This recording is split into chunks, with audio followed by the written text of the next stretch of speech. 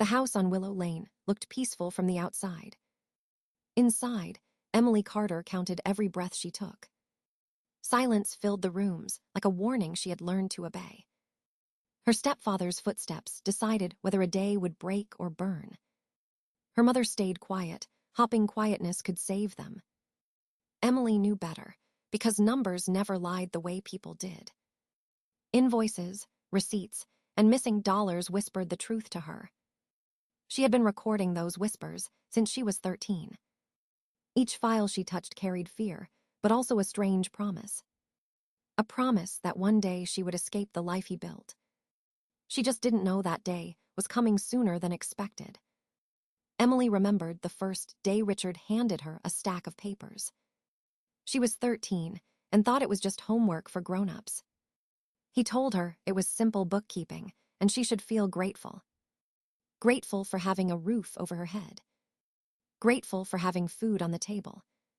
Grateful for being allowed to stay in a house that was never hers. Emily believed him because her mother said nothing to correct him. Silence in that home was a rule stronger than any law outside. The papers became a daily task that grew heavier with each sunset. Invoices appeared with dates that made no sense to her young eyes. Receipts listed tools she had never seen in the garage. Names of workers repeated across different job sites like ghosts. Emily asked once why the numbers did not match the projects. Richard looked at her as if she had insulted him. He told her to use the calculator and stop thinking too much. Thinking, he said, was dangerous for a girl who owed so much. Emily learned to stop asking questions and start adjusting numbers. A missing 1,000 became a line moved from one column to another. A non-existent worker became a typed name she copied from older files. A truckload of materials became a shifted decimal and a forged signature. Richard praised her when the books balanced perfectly. He called her smart, dependable, and useful. But he never called her family. Every compliment came with a reminder that she contributed nothing else. He said food cost money. He said electricity cost money. He said raising her cost more than she deserved. Emily was too young to understand manipulation, but old enough to feel it. The house felt smaller each year she worked for him. Her hands grew steady while typing, but her chest tightened every night. She often wondered if other kids kept ledgers instead of diaries. Her mother watched, but acted as though Emily's labor was normal. She would whisper that Richard was stressed and needed help at work. She said Emily should not upset him when he was trying so hard. Trying so hard became the excuse for every order he barked. Emily stopped believing it, but she never stopped obeying. Richard began leaving envelopes of receipts on her pillow. He said it saved him time if she worked before school. Emily woke earlier, typed faster, and made fewer mistakes. Mistakes were punished with long lectures about loyalty and ingratitude. Sometimes, he slammed his fist on the table to make his point louder. Emily never cried where he could see her. She learned to swallow tears quietly like they were another chore. By the time she turned 17, she managed the entire bookkeeping system. She knew the false invoices better than her own school assignments. She knew which suppliers existed only on paper. She knew which clients paid in cash that vanished before reaching the bank. She also knew she had no control over any part of her life. Richard held every password, every account, and every decision. He claimed she should be proud to work in a real business. But Emily knew the business was built on lies she entered with her own hands. She felt trapped in a maze of numbers that always led back to him. The more she worked, the deeper the maze grew. And every exit seemed locked from the outside. The moment at the grocery store replayed in Emily's mind for days. Richard had grabbed her wrist so hard the clerk froze mid-scan. His voice cut through the aisle like something sharp and practiced. He accused her of embarrassing him because she questioned a bill. Emily felt her cheeks burn, but fear took over faster than shame. When he shoved her against the display, people pretended not to see. She realized then that no one would save her from him. Only she could do that. That night, Emily sat in her small room and stared at her laptop. The files she had organized for years lay quietly in their folders. She clicked one invoice and saw the lie printed in black ink. Then another. And another. The pattern she had ignored became impossible to unsee. She opened a new folder and named it Personal. It was the first decision Richard hadn't approved. Emily began copying every suspicious invoice she could find.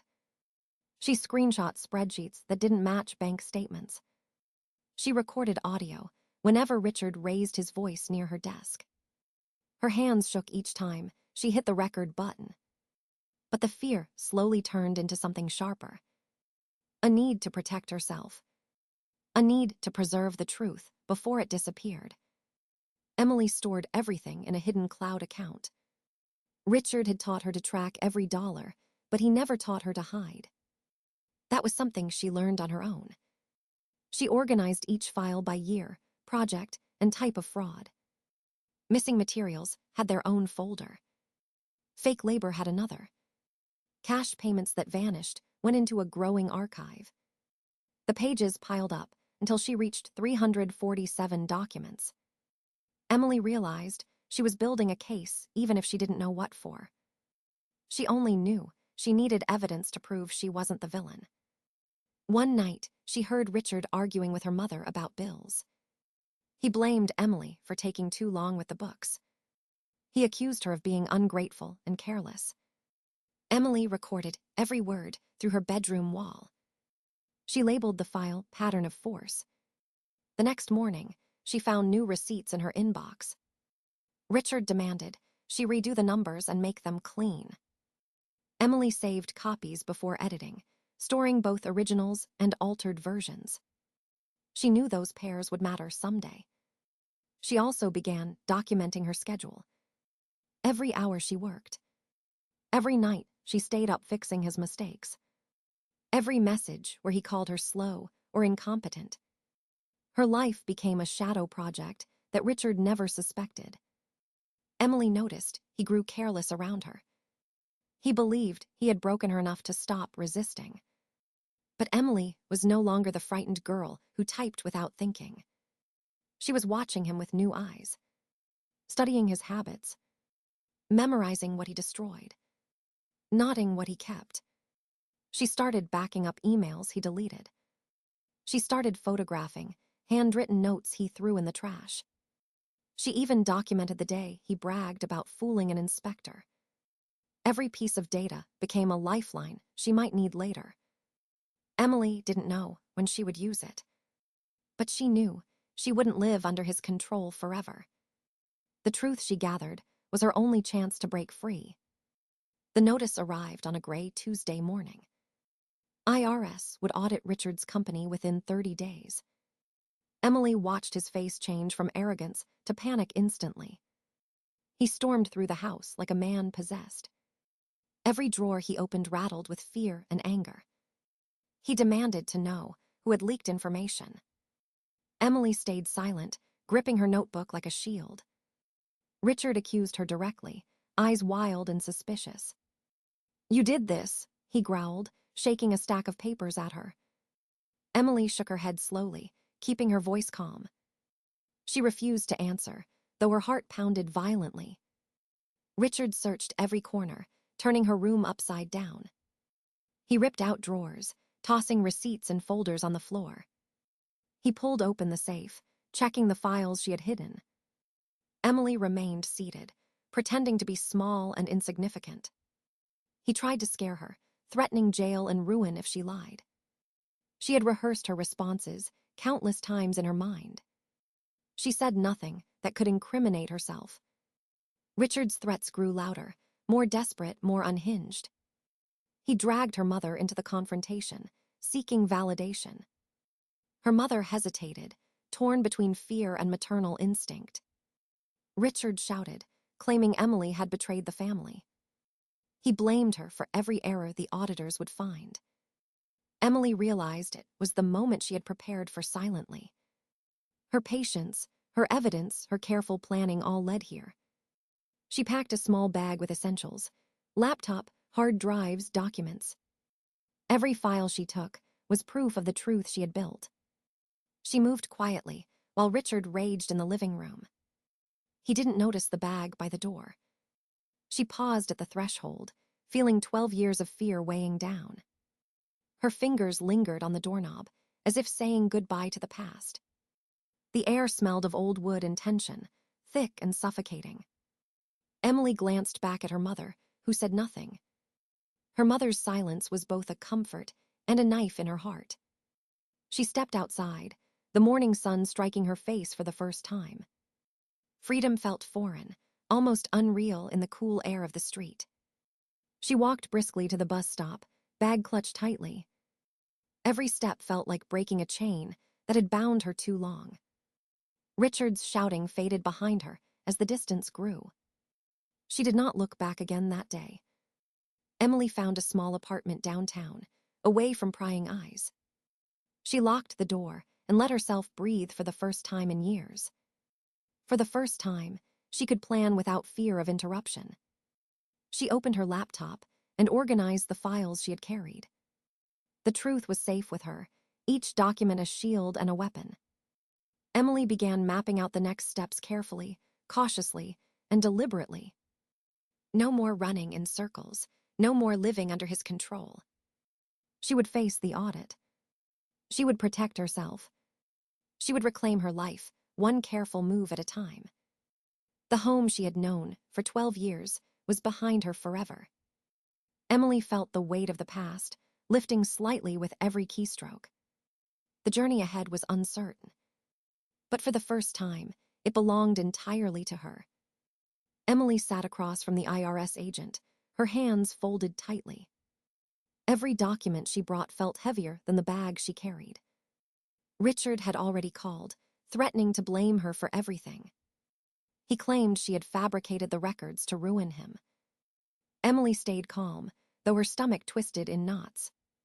She explained clearly that she worked under his orders. Every entry she made was because he instructed her to do so. The agent listened intently, scribbling notes on a legal pad. Emily handed over copies of spreadsheets, receipts, and emails. She showed the patterns she had recorded over the years. Richard tried to manipulate her mother into defending him. Her mother hesitated, caught between loyalty and truth. Emily feared her mother might side with Richard in court. She took a deep breath and reminded herself it was not her fault. Every threat Richard made was a lie designed to intimidate. Emily had proof of coercion and the falsified transactions. She provided timestamps of her work that matched his instructions. Audio recordings showed him raising his voice and giving direct orders. Emily also documented moments when he tried to control her life. She explained how she had no access to company funds independently. The IRS agent nodded, clearly piecing together the story. Emily's files proved she had been manipulated for over a decade. She also showed copies of deleted emails Richard attempted to destroy. Each one painted a clearer picture of his intent to defraud. Emily documented every threat he had made since she moved out. Richard's calls, emails, and messages all repeated the same pattern. He wanted her blamed for the crimes he committed. Emily provided witness statements where possible, including coworkers. She included timestamps, photos, and digital backups of all files. The agent asked questions about her daily routine under Richard's control. Emily detailed the long hours, forced edits, and manipulated numbers. She explained how she had no autonomy over any financial decision. Every answer she gave reinforced the story of coercion. Emily also revealed the emotional manipulation she suffered at home. Her mother's divided loyalties were noted as complicating the situation. The agent assured her that all evidence would be carefully reviewed. Emily felt a cautious relief, knowing the truth was being recognized. Richard's attempts to intimidate her could not erase the facts. Emily remained vigilant, keeping all digital backups in secure locations. She knew he could still try to retaliate if he sensed weakness. Emily maintained detailed records of every interaction with him. She created a timeline linking every threat to financial irregularity. Each step brought her closer to safety and eventual justice. She reviewed her files nightly, ensuring nothing was missing. Emily realized the audit could expose all of Richard's crimes. Her careful planning now had a purpose beyond mere survival. She could finally confront the situation with evidence in hand. Emily's fear remained, but it was tempered by her growing confidence. She understood that knowledge and preparation were her only shields. The legal battle ahead would be difficult, but she was ready. Emily vowed not to allow Richard to manipulate or silence her ever again. Each document, each recording, each timestamp was her armor. Her life, once controlled entirely by Richard, was slowly reclaiming itself. Emily had taken the first steps toward freedom and accountability. Emily woke to a loud knock on her apartment door in the middle of the night. She froze, her heart racing as footsteps echoed outside. It was Richard, ignoring the restraining order she had filed weeks ago. He demanded to know why she had gone to the IRS. Emily kept the door locked and refused to answer. Richard slammed his fists against the frame, threatening to break in. She called 911, whispering her location and the situation. He banged on the door, shouting about debts, lies, and family betrayal. Emily recorded the entire encounter on her phone as evidence. Richard tried to intimidate her with memories of her father's failures. He twisted the past to make her feel small and guilty. Emily stayed silent, letting him expose himself in his rage. The dispatcher assured her police were on the way. Minutes later, flashing lights appeared outside her window. Richard backed off, but his glare promised this was not over. Emily stayed awake the rest of the night, documenting every detail. She noted the time, the threats, and the words he used. She filed each new recording with the other evidence she had collected. The next day, she went to work, still on edge. Richard arrived uninvited, claiming he needed to talk. Emily refused to open the office door, calling security immediately. He shouted through the glass, trying to shame her in front of coworkers. Emily recorded him again, careful to keep a safe distance. Her coworkers watched, horrified at his behavior. Richard tried to manipulate them by revealing personal family secrets. He wanted to make Emily look unstable and guilty. Emily remained composed, knowing every word would strengthen her case. She called her attorney, explaining the escalation and harassment. The lawyer reminded her to save all evidence and not confront him directly. Emily carefully documented everything, time-stamping videos and messages. Richard began sending threatening emails after he was escorted away. Each message repeated the same pattern: fear, control, and blame. Emily saved every message, building an airtight record for the court. She noticed a shift in his behavior. He was desperate and reckless. Richard underestimated how prepared Emily had become. She maintained strict routines to protect herself and her digital backups. Emily also started informing neighbors about possible harassment. She installed extra locks and cameras around her apartment. Her careful planning gave her a sense of control for the first time. Richard continued to call, each time recorded and logged meticulously. Emily realized he was exhausting himself while she was gaining strength. Every attempt to intimidate her became proof of his intent. She shared evidence with her attorney to prepare for restraining orders and charges.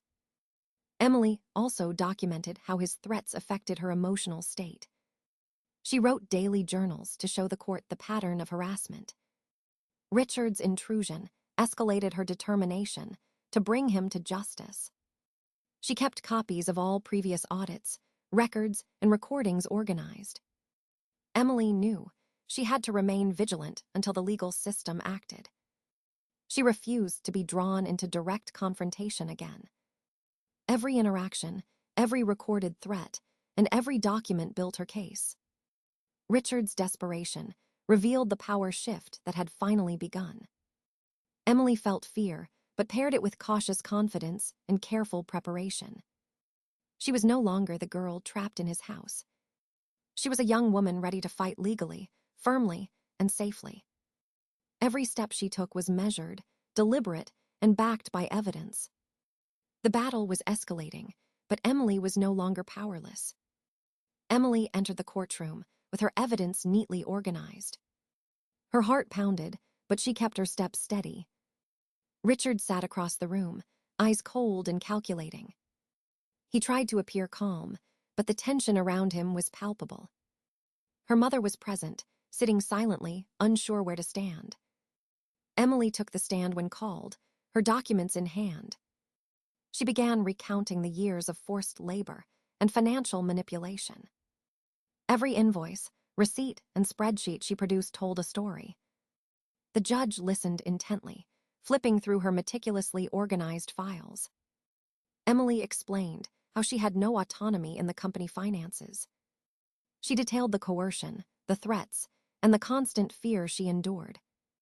Richard attempted to interrupt, claiming she was fabricating the story. Emily remained calm, refusing to be rattled by his bluster. She played the audio recordings of him, giving direct orders to manipulate records. The jury listened as his voice filled the room, undeniable and clear. Emily presented email threads where he threatened and blamed her for errors. She showed backup files, photographs, and timelines of his harassment. Each document reinforced her testimony and exposed his lies.